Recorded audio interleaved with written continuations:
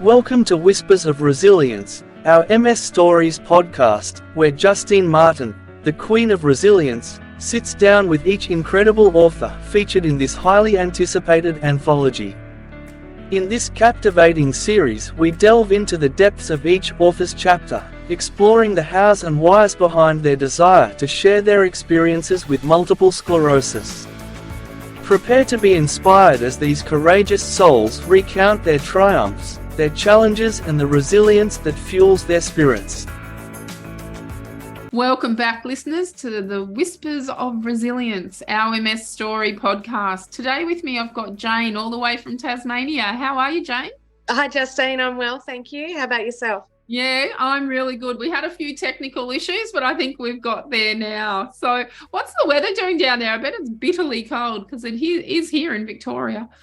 It is incredibly cold, but the sun's out at the moment. So, yeah, it's quite nice, even though it's chilly. Don't you love that sunshine? Okay, so let's get into it. Why did you want to be involved in this project? For a couple of reasons, really. I think I'm really big on MS awareness. When I was first diagnosed, I knew hardly anything about MS, as it reads in my chapter. So I think it's really important that people understand that everyone's MS journey is different. Yep. There's different paths, there's different treatments.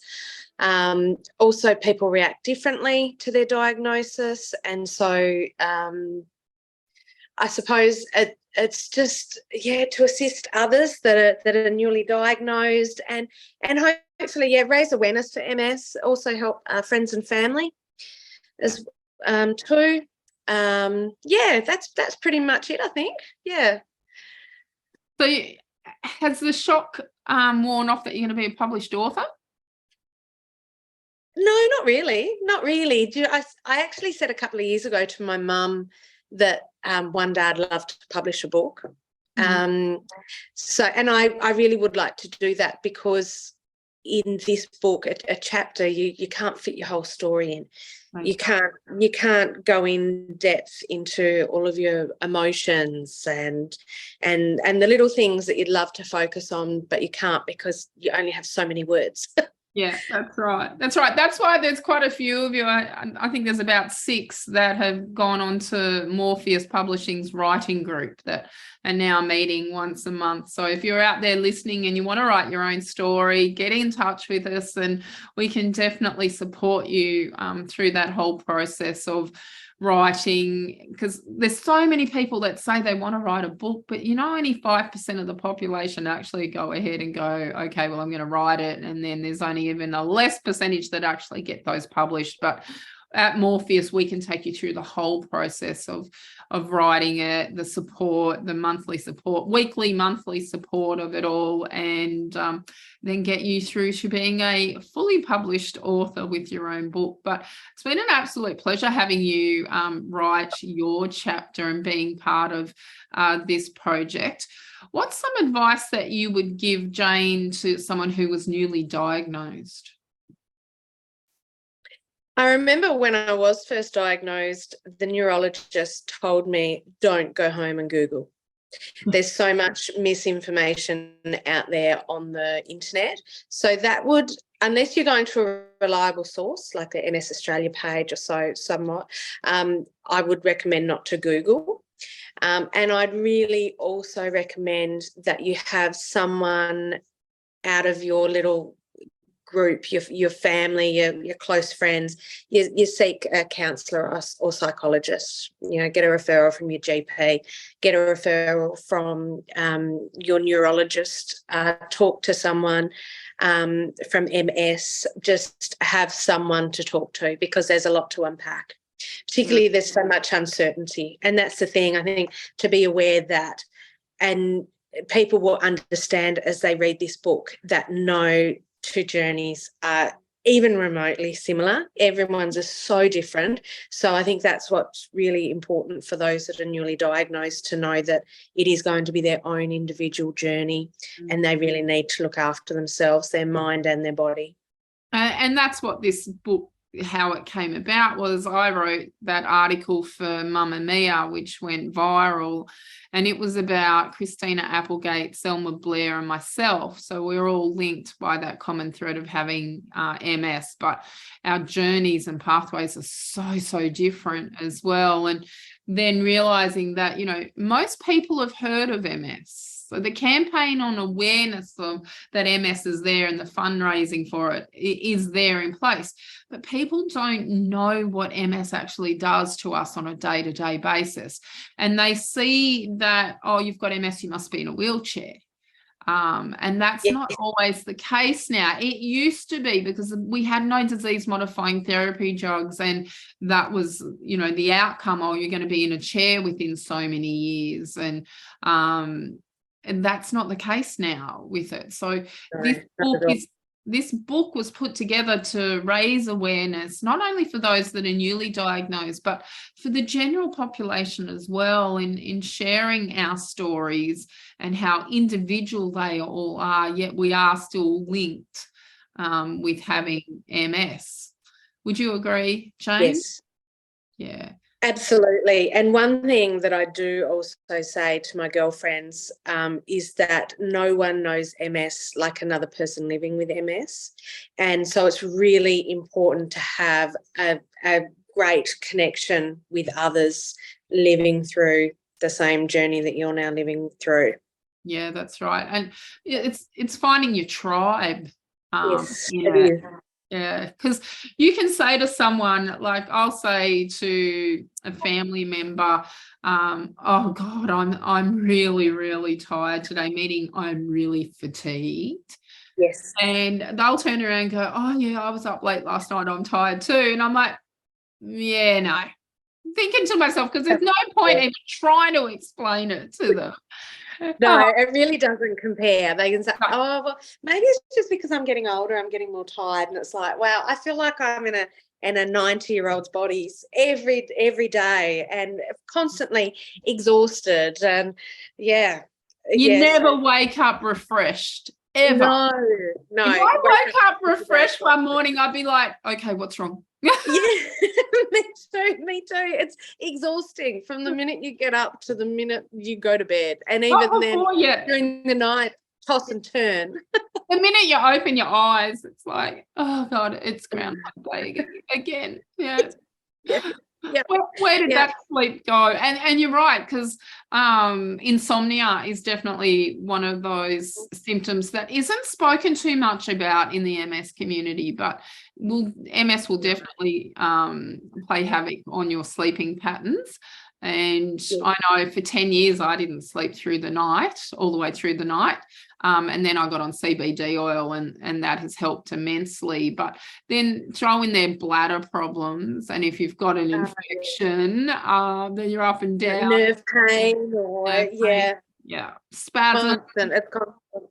Yes. I haven't had a good solid night's sleep for years. And not only that, one thing that I didn't write about in the book as well is that I'm not sure whether it's all of the series of the different medications that I've been on, or whether the chemo from my stem cell transplant, but it has brought on perimenopause. So I've been thrown into early menopause on top of everything else. And so now I'm on hormone replacement therapy. And how old are you, Jayne? 41. Yeah.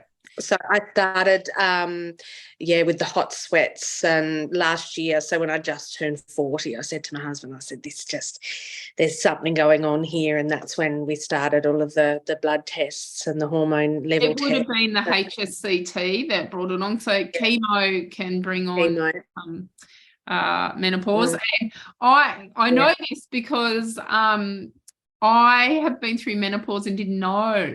So the only thing in my whole life that has gone very easily for me, touch wood, was menopause. And it wasn't until I had blood work done last year. So I've had chemo as well, but I didn't have HSCT. I actually got cancer from the disease modifying therapy, and which is in the fine print. You'll read about it in my Yes, it is.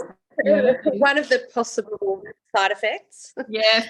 Well, I ended up with 3 primary cancers at once and 2 other blood conditions as well as the MS. You know, I won the lottery, just the wrong type of lottery. And so, yeah, I've been through menopause. I had some tests last year. My doctor's like, oh, we'll just check and see what your hormones are doing. And they're like, oh, you're post-menopause. And I'm like, what? I don't remember having hot sweats, or there was 2 occasions last year in the middle of winter, or was it the year before? It might have been the year before. It must have been the year before. It was last year I found out I'd been through menopause, so it was the year before. And that I had to whip my jumper off in the art studio. I'm like, oh God, it's hot. And that's been it. And I'm like, oh, I kind of feel robbed that I actually haven't had what every other woman is experiencing. So oh, no, think yourself lucky. Although I was really happy when I had a Zoom call with my GP because it was post-COVID, and you know, sometimes we still weren't able to go in there, and she said, oh, has your husband noticed anything? And he was actually home at the time, and I said, have you noticed any mood swings or any changes? He said, no, not at all. I thought, yes, at least that hasn't happened. But I had the really bad sweats, not just of a night, but to the point where it would come out of nowhere. So I could be having lunch with a girlfriend, and next thing the sweats would just be beating down, and literally to the point where I'd need to have a shower. I'd just be sweating all over. So, and my insomnia has become a lot worse as well. So I go to bed exhausted and so tired, and then I'm laying awake and the brain starts, and then it's the frustration, and so it's really tiring. Yes, it would be. Yeah. We really need to get onto you for some resilience coaching as well, because I can give you some strategies to get through some of that. Yeah, that sounds good. Yeah, we'll talk off camera in regards to that. So there's 26 authors in this book, yourself being one of them, myself. None of you have read each other's chapters yet. By the time this goes to air, you will have got one in your hot little hands. I can't wait. Yeah. I can't wait. Tell me about that. What excitement, what's going through your mind? Well, it's just to read other people's journeys, you know, and unless you meet someone at a support group or a fundraiser, and you do talk a little bit about your journey, unless you become really good friends and then you know everything. But I suppose you don't really dive into the nitty-gritty of everyone's journey. So I think it's going to be really fascinating, really eye-opening. Oh, it will be.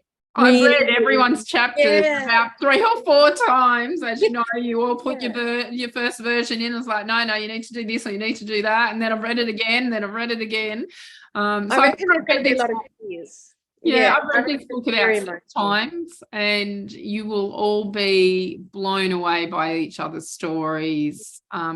Susie, who works with me, she's been brought to tears a few times in some of the chapters, because everyone has been open and honest and raw in this, and we haven't censored anything in there. There's some swear words in some of the chapters, not in a huge amount of swear words, but you know, it is how we speak.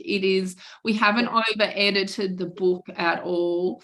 Everyone's voice can still be heard in their own chapter. So the English hasn't been. One thing. Yeah, sorry. That was one thing I was going to say. From when I first sent my chapter into you, there was only one sentence and when I reread that sentence, it didn't make sense. That was just my MS brain not reading it correctly. But mine is really unedited. It is how I literally typed it into the computer, and that's how it's going to be in the book. Yeah. The only thing, the common thing throughout the editing process was that the sentences were too long. Everyone's sentences were too long. We've got a lot to say. including mine, because I don't take a breath when I talk. So why should anyone else? But yeah, so proud of what everyone has achieved. And a couple of the podcasts now we've been talking about, 25% of the funds that are raised from from the sale of this book are going directly back to MS Research.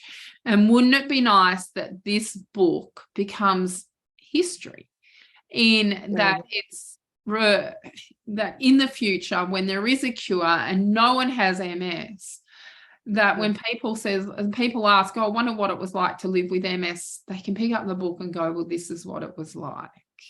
Just like polio doesn't exist anymore, won't it be nice that when MS doesn't exist? And this will go down as history. This is a history book as well as a reference book at the moment.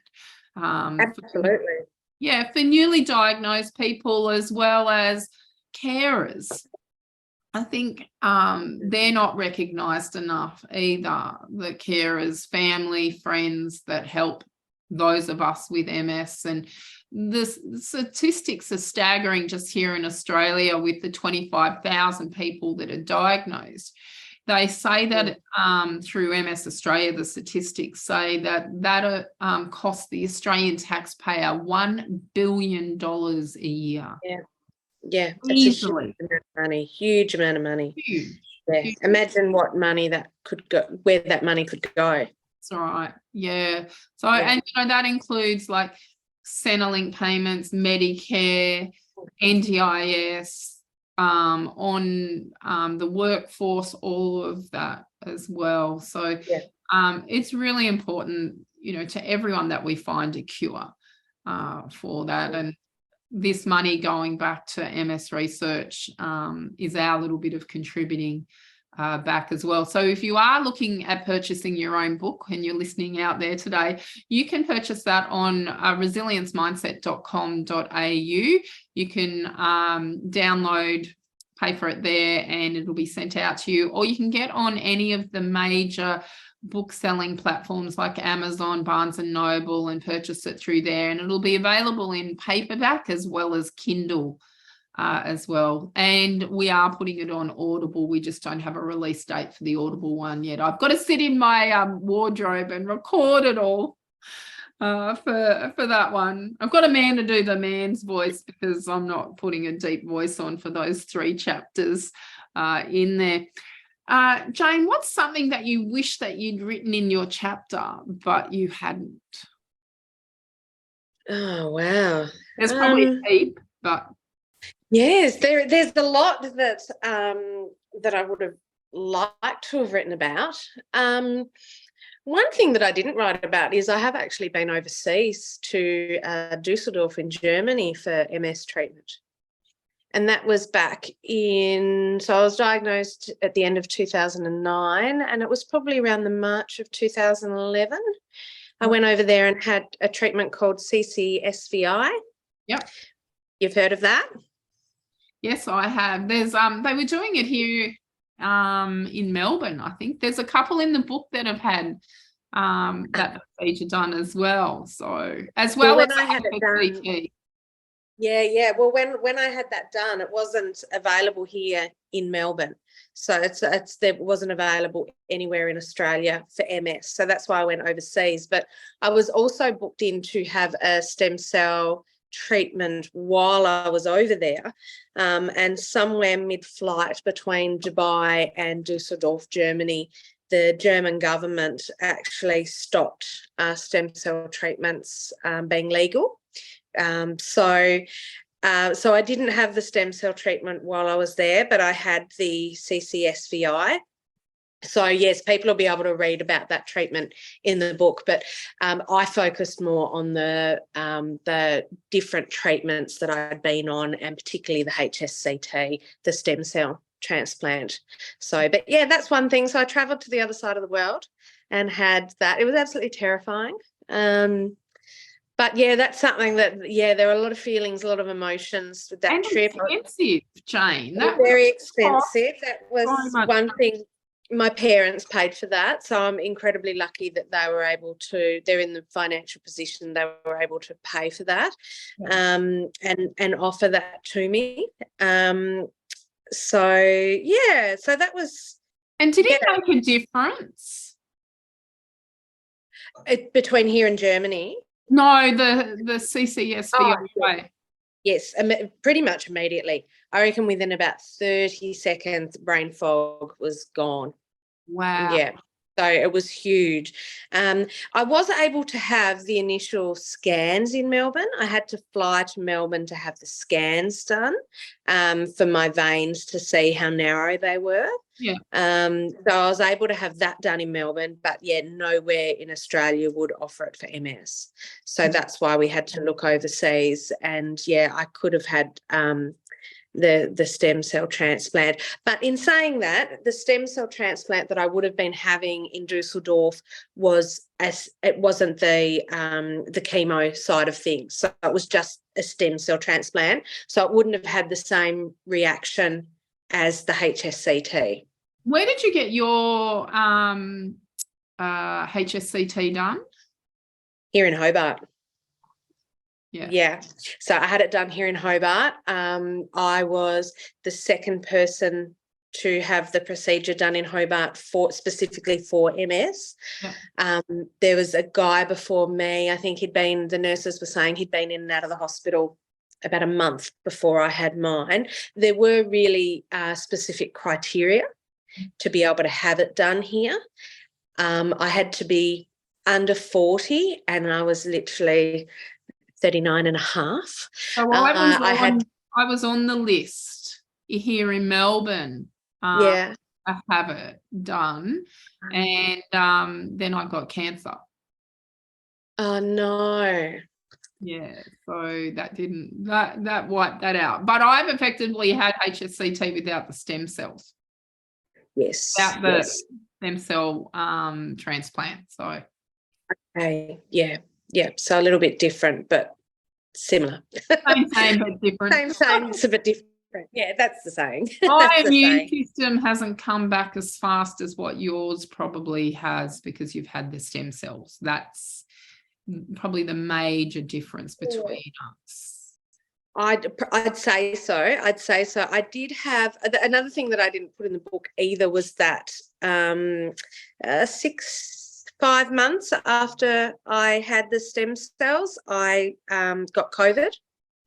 I had a nice little ambulance trip to hospital and was kept up there for I think it was 9 days, and that certainly affected my immunity. So last year I had just months where I caught everything that was going around. I caught it. I was sick. This year I don't want to jinx myself, like touch wood, but this year I've certainly I've noticed that I have felt a lot better and a little bit more, more energy because I haven't got all those cells fighting to keep, get me healthy. So but I have had an incredibly positive response to the HSCT, which is fantastic. So I know that I too got COVID and ended up in hospital last year from having COVID. No, and then the COVID and being triple vax brought my cancers back. Oh no!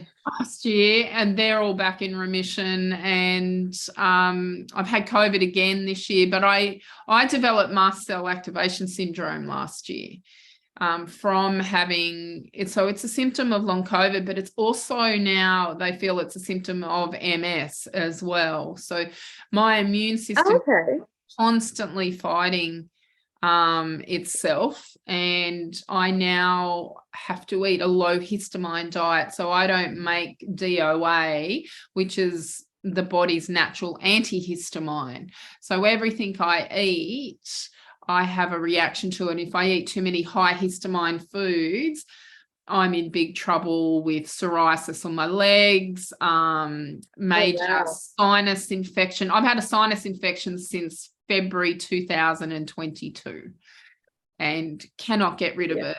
and I am on other people's antibodies. So I have a SCIG therapy once a week. I do an infusion of other people's antibodies just so I can go outside, because I have very limited B and T cells left from having the chemo, which is what happens after your HSCT as well. But because you get the stem cells, that starts the immune system kicking back into place, whereas I don't. Mine hasn't really kicked back in again. So, but anyway, I'm still walking around just like you're walking around, and that's it. You live life to the maximum, no doubt, Jayne. I do. I certainly do. Yeah, I think that I'm here for a good time, not a long time. Well, not necessarily, hopefully a long time. But, I'd like people to be able to say that, she certainly lived and didn't let anything stop her from living. So that's one thing that I'd like people to remember about me. That I never gave up. Yeah. That comes across in your chapter.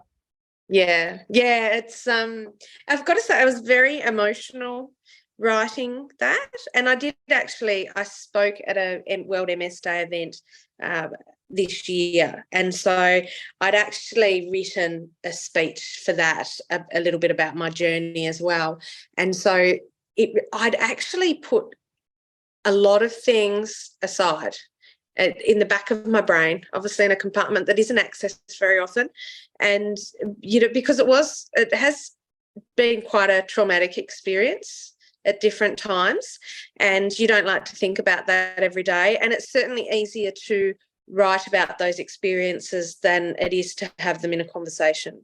So there are a couple of things that I'd written about that my children weren't aware of. If you read my chapter, you'll probably be able to guess. But there were a few things that they weren't aware of, so I actually needed to sit down and tell them. That was pretty huge for them, because when I'm in hospital having all of this treatment and they weren't able to see me, they weren't aware what was going on in there. Yeah. So at the time it would have been too confronting for them and too scary for them. So we opted to keep that to ourselves. But now it's all out in the open, and so back to living life again. I still have MS symptoms. Obviously, the HSCT treatment doesn't, it's not a cure, so it's not a cure. So at this stage, my progression is halted. I'm stable, but the damage that was done prior to the stem cell treatment is still there. So I can still have a flare up. I have been having a few issues with my arm. There was a couple of weeks ago I had a little bit of nerve pain. So, there are still symptoms, but I'm, a lot better within myself. And I know that at that point in my MS journey, I had to make the decision to have the strongest treatment available, had to hit it hard, because I knew that I was deteriorating really quickly. My MS was incredibly active, and I knew that my neurologist and the team were very concerned. So even though, and there's a lot that went into the lead up to the stem cell transplant as well. I had to go and see a lawyer and get my will written. Yeah, isn't that confronting? Wow, that was so confronting. And, I then had to, and it's something that I probably should have done well before that anyway, because we have property. Do it at 18. At the age, when you got into the Australian Army, my son's in the Army, was in the Army, and he was 17, and they made him do his first will, and he's like, have you got a will? I know my brother had to as well. Yeah. When I got my cancer, that's when I did my will. It's like, everyone should have a will. Absolutely. We wait until we're sick before we go and do it, and make sure your will's updated as well and it's current. Absolutely. But that was a really big emotional thing for me. And sitting down and talking to my husband and saying, well, if you were to die at the same time, what about the kids? The kids are at an age now where, you know, I think it'd be too taxing on the grandparents, you know, so yeah, talking to other family members. But I think it was more real for me because, and I imagine it would have been for you going through your cancer, is that I knew that there was a very small risk that this treatment really, I would not come out of hospital at all. And that nearly happened. So, yeah, that was absolutely terrifying. But, you know, it's something that certainly, it's such a small percentage. People would probably ask the question, well, why? You've got children. Why did you, you know, make that risk, make that decision? But I want to have a great life. Quality. I want a quality life. And yeah, so it was even knowing those risks, and the cancer specialist at the hospital, he said straight up, I haven't had anyone die on me yet, and you're not going to be the first. And he had said there was so much conviction in his voice. I'm like, okay, I'm not going to die. And then afterwards I said to him, I nearly died. And he's like, but you didn't. I'm like, okay, right. Well, yeah, true. I didn't. Okay. You need to read Colleen's chapter. Yeah. All right. Okay. Okay. So she went to Russia. Oh, wow. Yeah. She went to Russia when she had hers, and I'm not going to give too much away, but whoa. Oh my God. And there's a lot more to the story, again, because of the word content she couldn't put in there, but she will one day write about all of it. But yeah, she nearly died. Yeah. So, and in a foreign and I country. think, it was, I had the opportunity to go to Russia and have the HSCT there. And I think the biggest thing with me going overseas was I knew that there was a chance that, you know, shit could get really real really quickly, and my children and my husband would be on the other side of the world. And that I had a lot of emotions when I went to Dusseldorf to have the CCSVI, but obviously that was a lot less risky. But I just couldn't bring myself to, at that point in my MS journey, it was quite early on, I couldn't bring, and I was quite well, so I didn't think I needed it. And yeah, I didn't want to go all that way for that amount of time without my husband and children by my side. So I made the decision not to. Part of me wishes now that I had of, because a lot of that damage that's there, it wouldn't be there. So I wouldn't have progressed so far if I'd had the treatment sooner. But in saying that, I mean, maybe everything happens for a reason. I wasn't meant to go to Russia because that outcome might have been different. Ended up in Australia having it. Yeah, that's it. And my family were here, not always by my side, unfortunately, but you can read all about that in my chapter too. Yeah, we will. Well, I have, but the population will. So, Kerry, thank you so much for your time today. Jayne, thank you so much.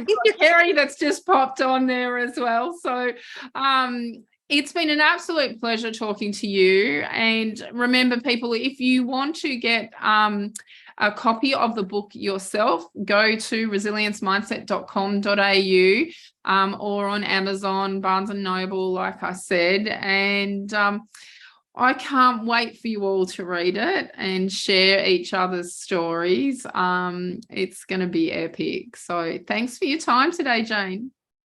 Thank you. And thank you so much for the opportunity to be part of this. You're welcome. And remember, everyone, until next time, you all stay healthy.